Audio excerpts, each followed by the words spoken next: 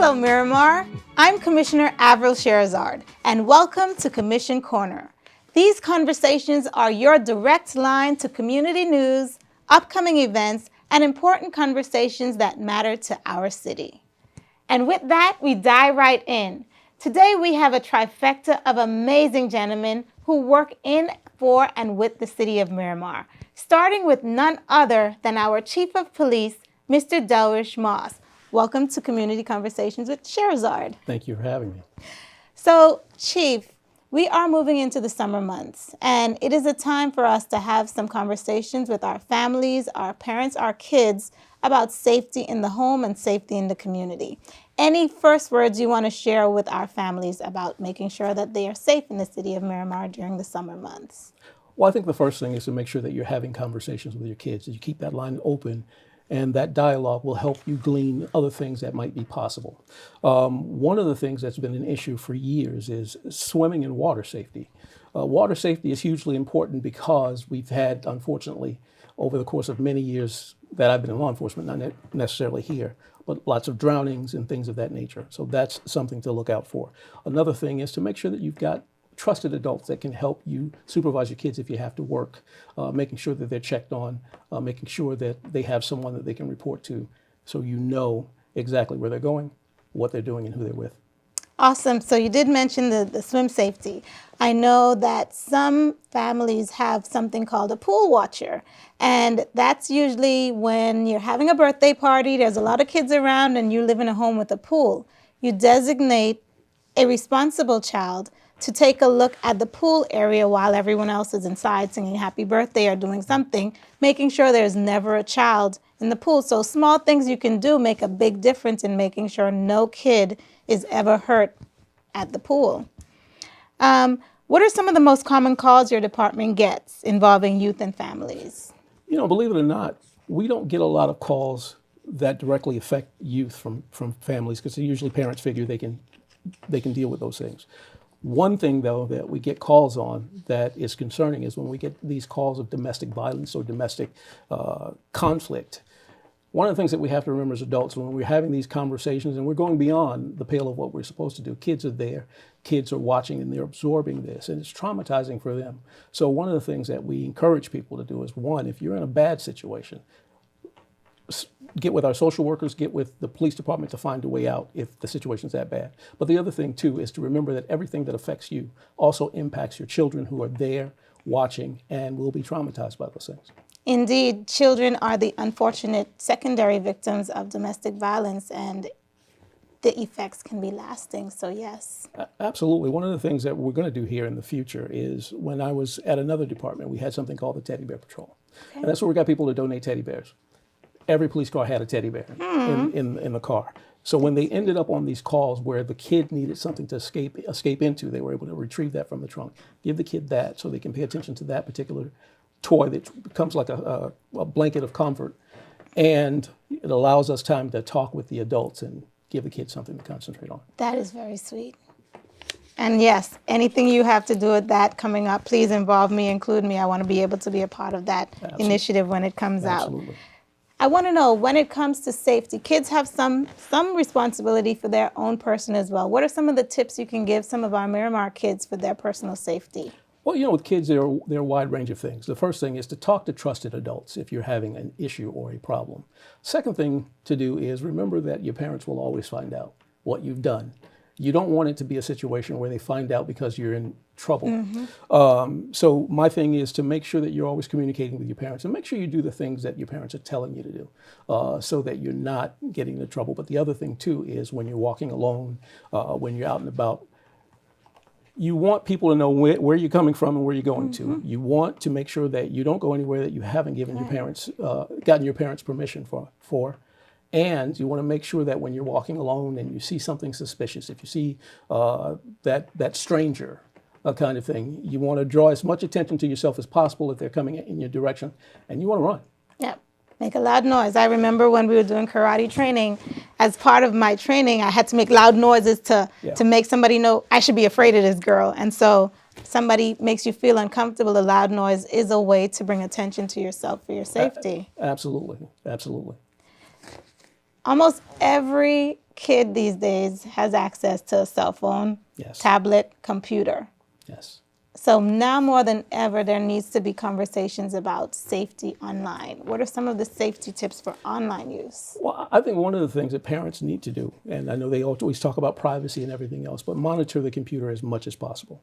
Monitor these things as much as possible. There are parental safety applications and other things that you can utilize to make sure your kid is safe. Because while everybody's thinking about the stranger that drives up in the mysterious van, that's not the person that's going to lure themselves toward your kids. It's that person who is talking to them online, who is developing a sort of safety, a feeling of safety for the child, who is developing a relationship with your child and planning on making them a victim.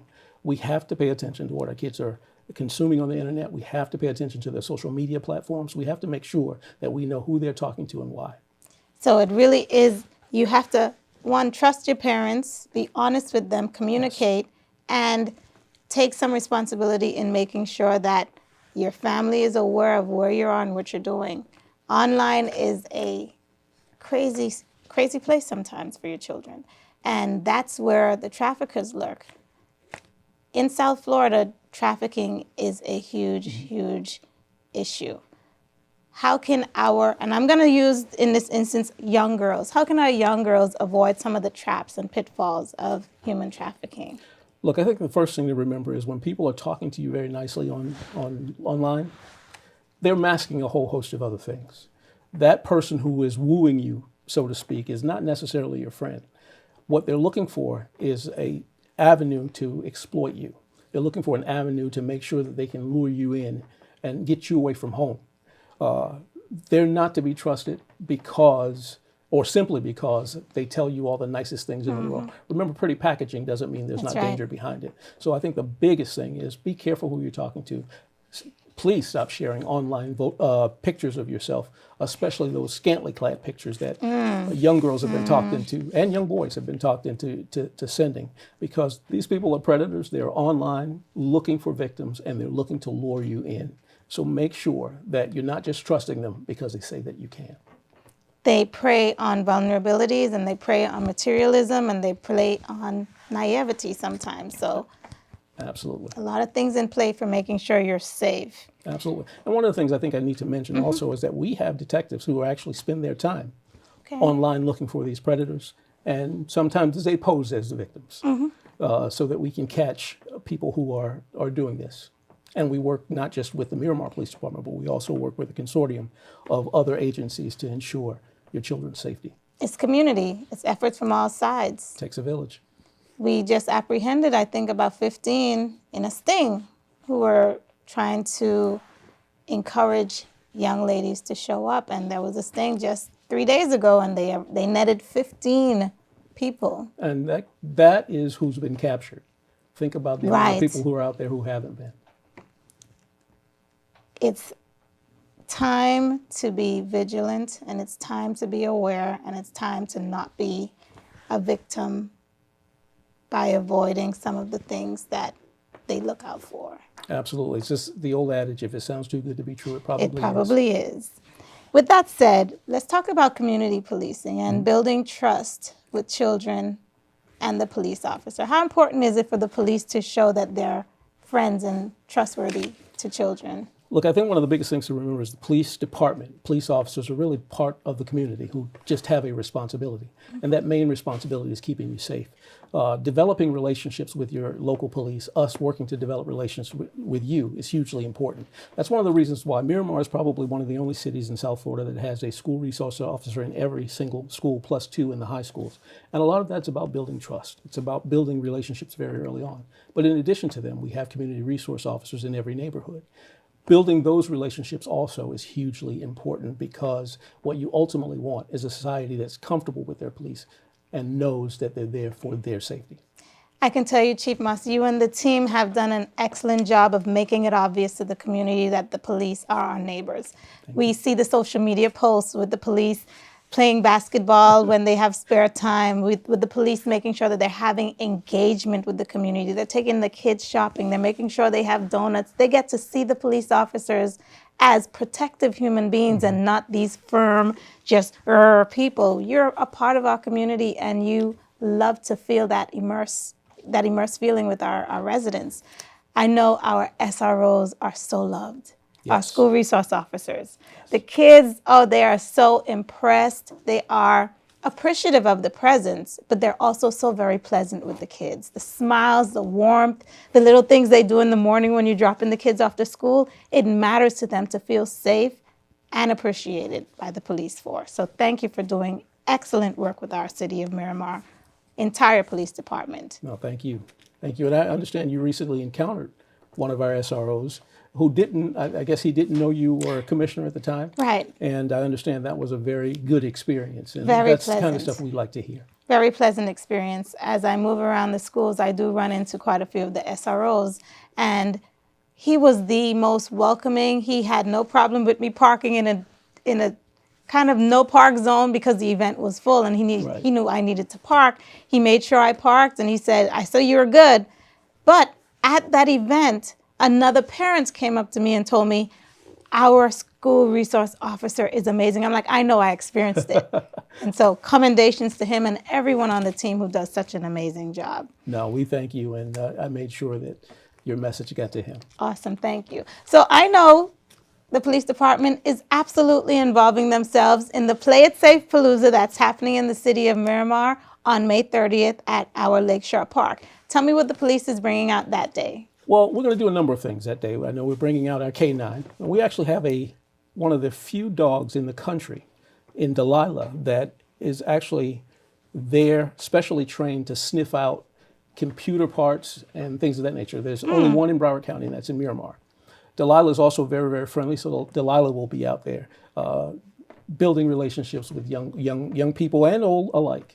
But we're also going to be bringing out lots of information. We're going to be bringing out a host of the personnel so that you can actually interact and have those conversations so you can learn more about the Miramar Police Department and what this great city is doing for its people. I think that's the biggest contribution. But other than that, we'll have some display things. Now, nothing as beautiful as a fire truck. But certainly, Are we competing now? But certainly, we're going to be there and working well. We look so forward to you showing up with the crew, and everyone loves the therapy dogs. Delilah is going to be a hit, but mainly seeing the police as community partners and neighbors is so important for our kids. So I'm so thankful that you guys are going to be present and in the building. Looking forward to May 30th and seeing you there. We thank you. Thank you so much, Chief Moss, for all you do for our community here in Miramar. Keep on doing an amazing job. Thank you. It's been my pleasure. Well, Miramar, I promised you 3 amazing guests in the studio, and I'm on to guest number 2, our fire chief, Chief Jermaine McFarland. Welcome to Commission Corner. Thank you, Commissioner Cherasard. Thank you for having me, and thank you for hosting this event. Absolutely happy to have you in the studio with me today, and thanks for joining me. As we get ready for our Play It Safe Palooza, I thought it was so very important that our families understand the role that the fire department plays in our city. So I want to start with a question that I think is important when it comes to our Miramar families. What are some of the most important calls, most frequent calls we get from the Miramar Fire Department to come out to our families? Thank you, Commissioner Cherasard, for asking that question. The city of Miramar responds to approximately about 14,000 calls per year. The calls that we typically respond to frequently are medical calls. 75% or up to 80% of our call volume are EMS calls. Those calls could be as simple as someone having a fever, someone having a minor allergic reaction, also someone who's having a cardiac arrest. However, the common calls are like falls, minor motor vehicle accidents. Mm-hmm. Those are the calls that we typically respond to frequently, especially as it relates to pediatric patients. Okay. Those are the things that our Miramar families are calling the fire department about.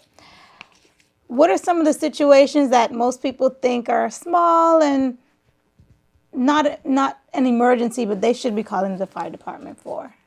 Great question. Even going back to some of the situations I mentioned before, a fever that you think is nothing may end up being something serious. A minor allergic reaction may end up an anaphylactic shock. A fall may end up being serious. So those are calls that you may seem as totally innocuous, nothing significant. However, they end up being serious. So we encourage our residents, if there are any doubts, please call us. That's what we're here for. It's your emergency. It's not our emergency. We're here to serve you. We should not be triaging ourselves. Just Exactly. you think when in doubt. When in call the doubt, fire- call us. Good to know. Residents of Miramar, call the fire department. What are some of the preventable incidents that you have been seeing in our city? Unfortunately, there are a few preventable incidents. For example, drownings. For example, burns, falls. And those usually happen when children are left unattended. And those are serious calls. Sometimes it may not be fatal, but there are times when there are serious injuries. So we encourage our residents, don't leave children unattended. Also, practice fire safety, Right. cooking safety. Don't leave cooking unattended. For example, you may think just answering the door, leaving a child unsecure at the pool is insignificant. However, you're thinking that you're going to take a minute or a couple of seconds to answer the door, and that could be fatal. True. Or you step out, the child climbs the furniture or a fence, they fall and they get hurt. So those are situations that we see often, and they are preventable. Cooking is big. You're cooking, you say, hey, 5 minutes or 2 minutes, I could step out and attend to something else. However, young children are fascinated by fire and they end up getting burned. So those are some of the preventable accidents. And kids move quick. You think you have 2 They seconds, do. but in that 2 seconds, they've already gotten into some mischief. Exactly. So, They do, and they're more curious and smart than you think. indeed, very good. I want to break down, because one thing that mystifies people is the different types of fire trucks. Yes. There's not just one truck in the fire department. Describe the differences between the trucks. There are numerous trucks, and I'll start with the ones that everyone is typically excited about. Start with the fire engines, or what we call the fire trucks. Those trucks are, the fire engines are the trucks without the ladder. And we have 3 fire engines in the city of Miramar. And also we have 2 aerial apparatus. We have one that is a platform that we recently bought. The beautiful truck, Yes. the big, beautiful red truck. Yeah, nice truck. And Love then it. we have one that we consider a quint. Also, in addition, we have 5 rescue trucks that serve all of our 5 stations. And we also have 2 battalion units. Those units are the units that the supervisors respond in. And those units sometimes have some minor tactical equipment that we may need on scene, depending on the severity of the incident, especially motor vehicle accidents. Okay, I was just going to ask, what would require a battalion chief to come out on the scene? Exactly. Any incident that requires command and control, typically a battalion chief is dispatched to make sure we have the incident under control and we could provide the resources that our community needs. Wonderful. Thanks for breaking down the differences in the trucks. And one other difference, what's the difference between a fire engine and a ladder truck? Yes. Great question again. The fire engine does not have an aerial device, meaning it does not have a ladder on top of the truck or a ladder with a platform. For example, we have a platform It has a ladder plus what they call a bucket at the end. And these trucks, we could use them for elevated rescue and also to apply water and extinguish fires at a higher elevation. Awesome. Good, good information to know. So I want to ask about your involvement because the fire department is also participating in the Play It Safe Palooza that is happening on May 30th at our Lakeshore Park. How is the fire department showing up on that day? Definitely, we're excited. We're proud to be invited, and we are going to be there. We'll have a fire truck on scene. We'll have a table with safety information. And at the fire truck, most kids love fire trucks. And we are going to open up the trucks to our residents, especially our kids. And they are going to be there. They're going to have an opportunity to actually tour the trucks, to actually go inside the trucks, sit inside the trucks, and meet our firefighters. We'll also demonstrate the tools we have on the trucks and talk about the capability of the truck. Also, typically, we also demonstrate fire safety, especially using a fire extinguisher. Okay. And sometime we may have where we extend a fire extinguishing line, what we call a hose line, just to give the kids an opportunity to feel how it is to operate a fire hose in terms of extinguishing a fire. And then we'll have a table with safety pamphlets, information, and of course we're always trying to get the next generation. Right. So a few good men and women. Hey. We're always recruiting. Okay. So we'll have a table with all the information for career paths and also fire safety information, emergency management information as it relates to hurricane safety.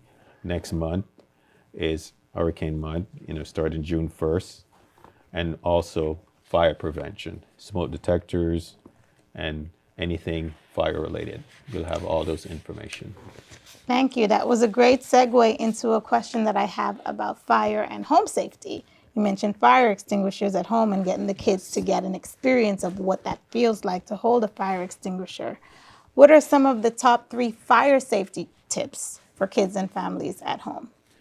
Definitely some of the top 3 fire safety tips are: number 1, you want to practice fire safety. You want to discuss fire safety with your family, especially the younger ones, the children. You don't want to leave cooking unattended. You want to have smoke detectors and make sure they're operational. And change those batteries, those beep, beep, beep, beep. Exactly. Change those batteries. Typically, you could change them once a year, but a good recommendation is testing it once a month. Most of these devices have a button that you could squeeze it, and when it alarms, it tells you if the battery still has the life to operate. And also, typically, they recommend changing the batteries when the time changes, Oh, or at least once a year. And of course, we want you to have a fire extinguisher, especially in the kitchen or the garage areas where if there's an area where a fire is going to start, it's going to be the kitchen or the garage Right. area.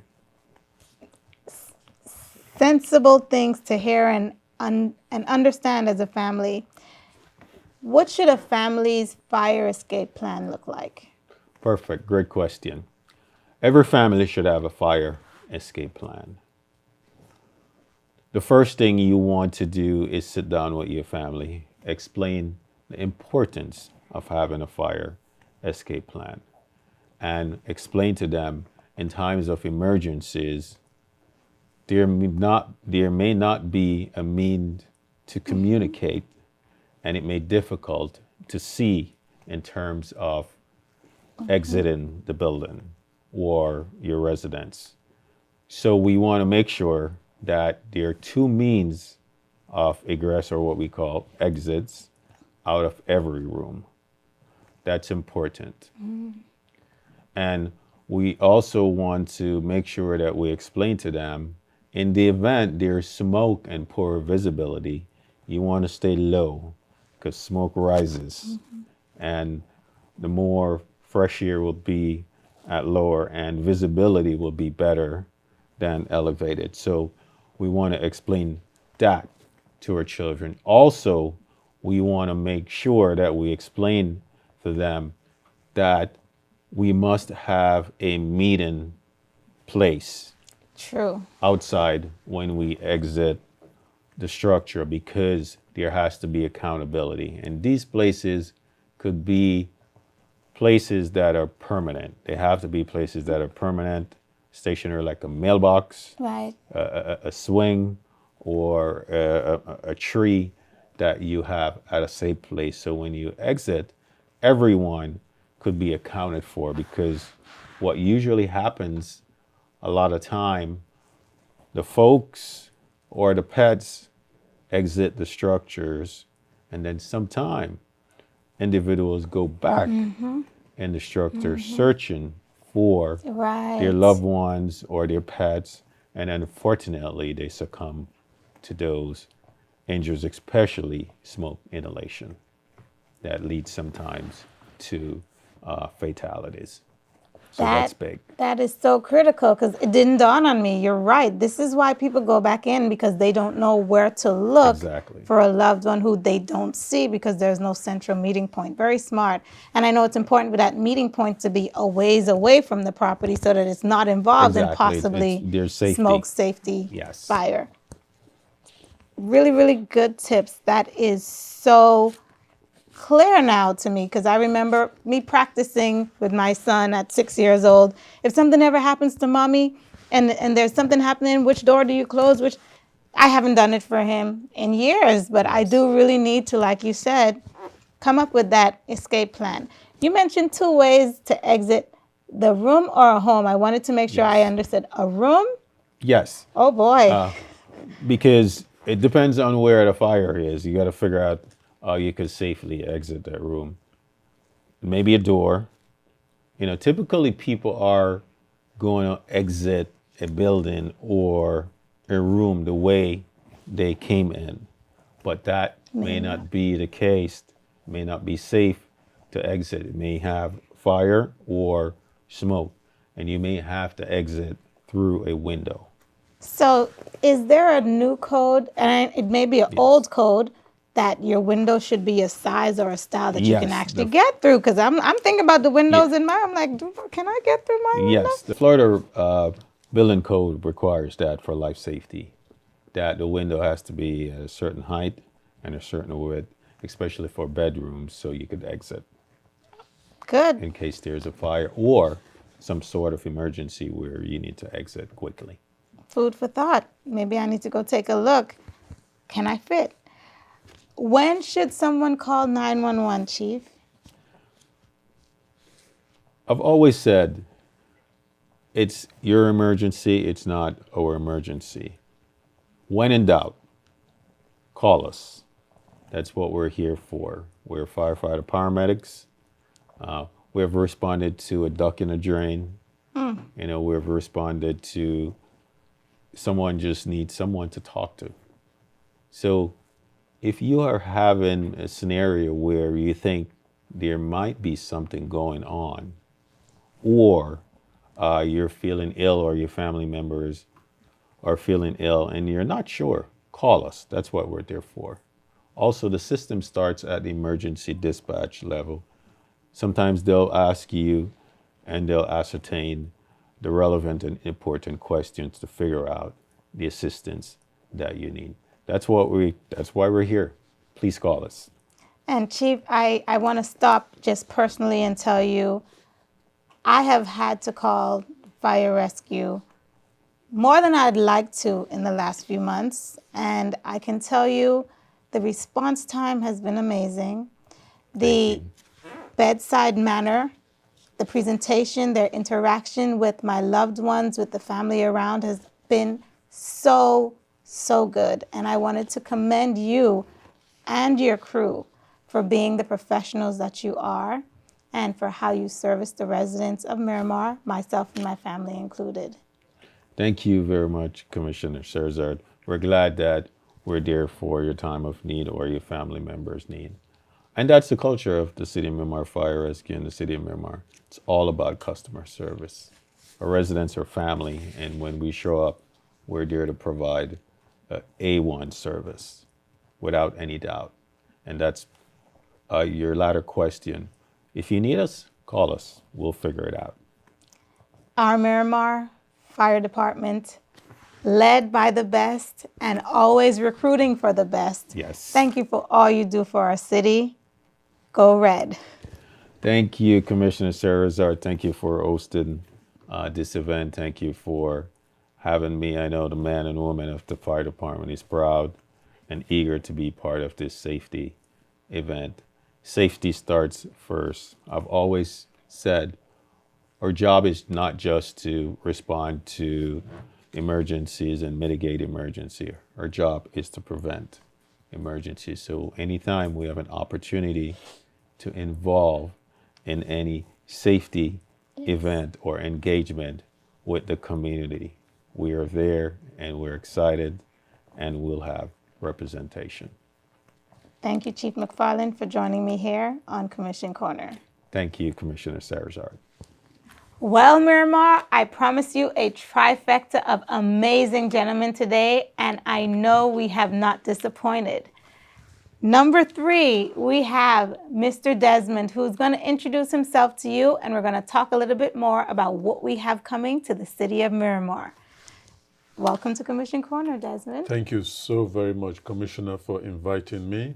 My name is Desmond Alufohai, and I'm the Division Director for the Office of Protocol and International Affairs for Miami International Airport.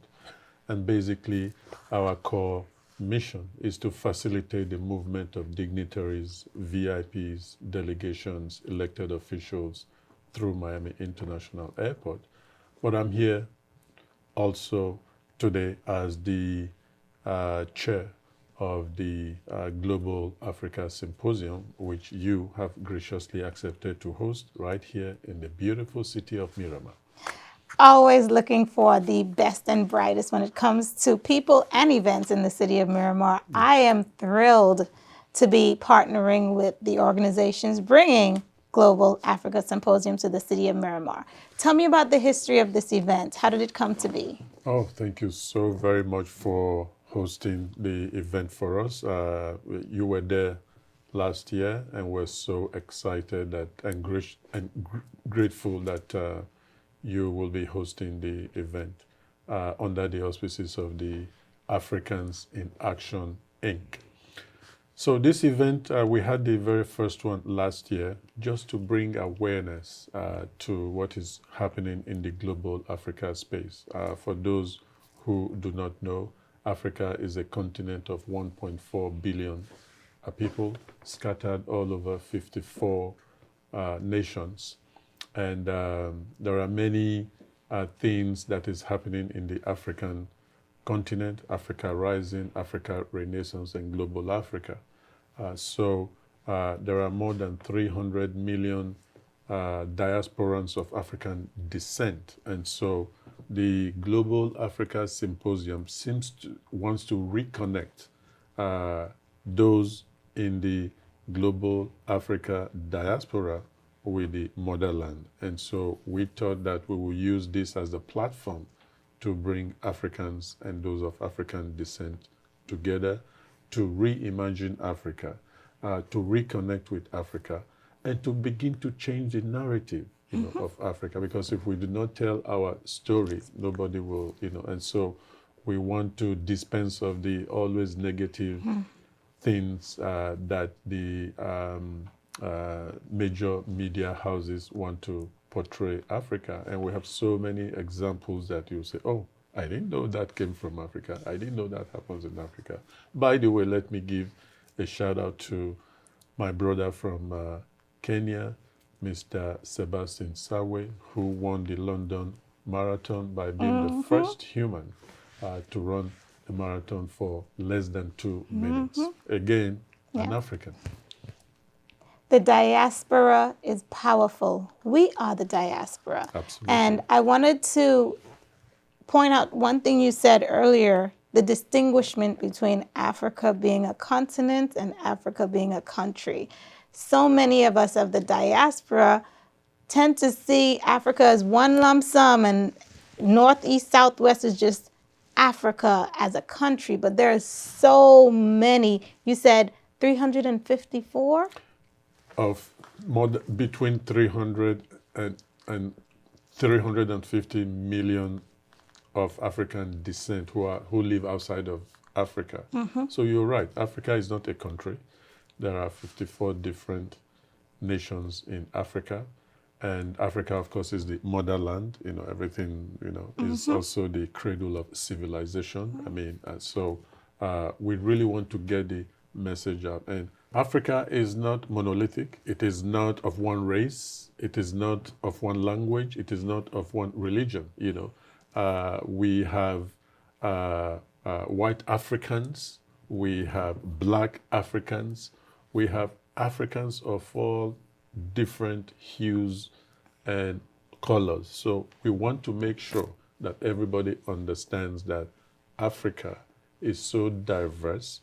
Africa is rising, and Africa has a lot to contribute and offer to the world. I have to tell you, Commissioner, I traveled to St. Louis, Missouri the other day, and my friend took me to an African restaurant in St. Louis, Missouri. Nice. And of course, if you go to any nightclub or you go to your Zumba class, you are likely to hear African Afrobeat. So African culture, African music, African films, Nollywood is making inroads all over the world. So we are now exporting, or rather re-exporting, all of this that originated from Africa.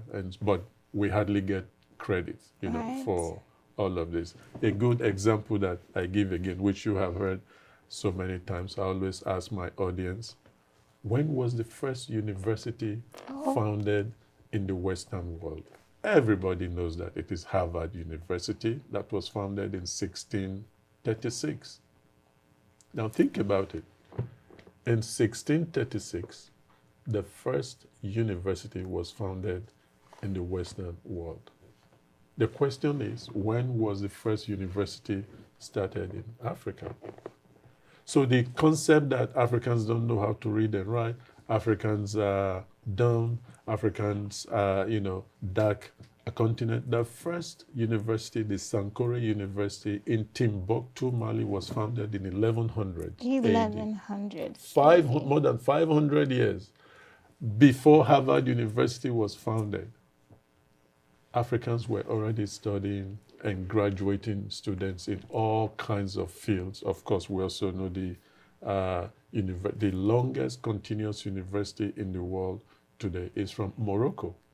So these are some of the narrative that we want to change, to say we need to change our perception and our thinking about Yes. Africa, because Africa has given so much to the world, but we don't get credit for. So on Saturday, the 6th of July, right here in Miramar, from 10 a.m. to 4 p.m., we are bringing together all of the thought leaders, the story tellers, vendors, to come here in Miramar and tell the story about Africa and show the positive story about Africa. We're going to have distinguished speakers. We're going to have African fashion show. We're going to have food vendors. And for the first time this year, we're involving our youth, the students, that will write an essay about their own conception of what Africa means Awesome. to them, and we're going to be giving them prizes. So even last year's event, I was mesmerized. One, because it was so well executed. Thank you. The panel discussions, the music, the decor, the information. we had a lively conversation about changing the narrative. And some of that narrative was through art. Yes. Some of that was through music. Some of that was through trade. Yes, absolutely. And even you mentioning now this year's event is going to be miles ahead of even last year's event. Yes. This is the one to go to because there's so much more to gain. Tell me about the African village.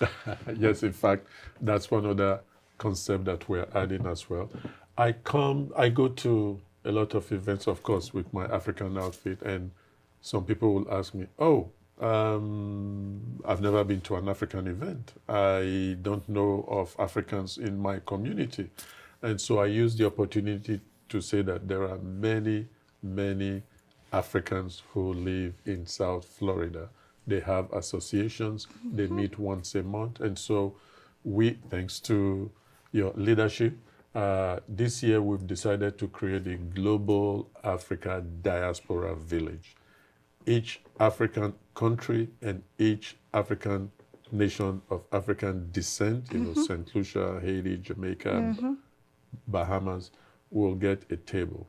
And so when you arrive, you can go through the maze of all of the nations that are represented, showcasing their flags, showcasing their culture, showcasing their cuisine, whatever they want to showcase about an element that is distinct and unique to them in their nation will be on that table. So we are putting out the clarion calls to any nation, any organization that is interested in coming to showcase their culture, their nation on June 6, 2026, right here in Miramar. The opportunity exists and it's for free. That's the thing, making sure that this opportunity to learn and to immerse yourself in the African culture, in the various diaspora cultures is happening right here on June 6th for free in the city of Miramar. And the reason it's free is because Commissioner Avril Cherasard is sponsoring to make sure that we do not charge you.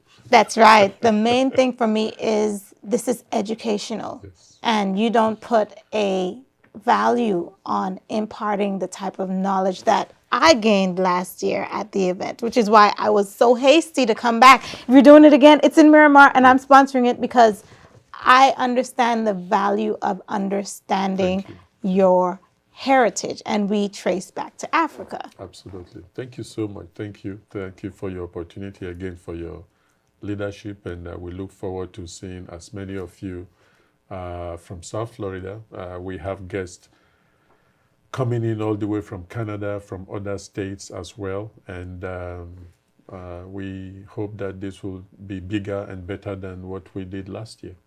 So I want to ask publicly if you can share, how does somebody who wants to be a vendor or one of the diaspora groups who wants one of those Global Africa Village tables, how do they get in touch with you to organize and arrange for that to happen? Yes, so we have the flyer, and the flyer has the QR code for registration.